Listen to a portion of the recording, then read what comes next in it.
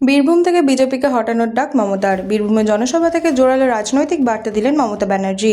তিনি বলেন, অনেক কাজ হয়েছে, আগামী দিনে আরও কাজ হবে। সাম্প্রতিক লোকসভা পর্বের উল্লেখ করে তার দাবি, গত দুদিন আগে লোকসভায় বিজেপিকে আমরা পরাস্ত করেছি।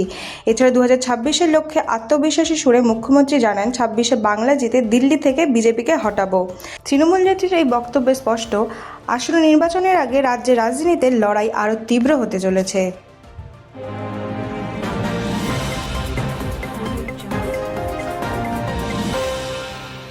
ট্রাইব্যুনাল নিয়ে বিতর্ক, রিপোর্ট চাইল সুপ্রিম কোর্ট অফ ইন্ডিয়া। পশ্চিমবঙ্গের ট্রাইব্যুনালের কাজকর্ম নিয়ে গুরুতর অভিযোগ তুলে এবার সরাসরি সুপ্রিম কোর্ট অফ ইন্ডিয়ার দ্বারস্থ হলেন এক আইনজীবী। তার দাবি, সর্বোচ্চ আদালতের নির্দেশ থাকা সত্ত্বেও রাজ্যের ট্রাইব্যুনাল সঠিকভাবে কাজ করছে না। এমনকি শুনানিতে আইনজীবীদের উপস্থিত থাকতেও দেওয়া হচ্ছে না বলে অভিযোগ।